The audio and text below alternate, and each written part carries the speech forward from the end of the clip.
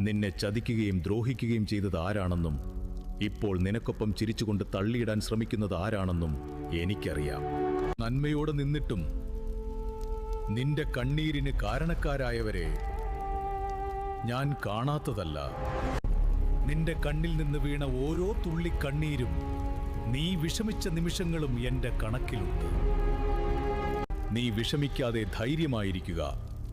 നിന്നോട് അനീതി പ്രവർത്തിച്ചവർക്ക് ഒരിക്കലും രക്ഷപ്പെടാൻ കഴിയില്ല. അവർക്ക് ഞാനൊരു സമയം കൊടുത്തിട്ടുണ്ട്. അതുവരെയും വിജയിച്ച സന്തോഷത്തിൽ അവർ കഴിയട്ടെ. ആ സമയം കഴിയുന്നത് മുതൽ നിനക്ക് വേണ്ടി ഞാനൊരു തുടക്കമിടും. അന്നു മുതൽ നീ അനുഭവിച്ച അതേ വഴികളിലൂടെ യാത്ര ചെയ്ത് സമാധാനമില്ലാതെ അവർ അലയുന്നത് നീ കാണും.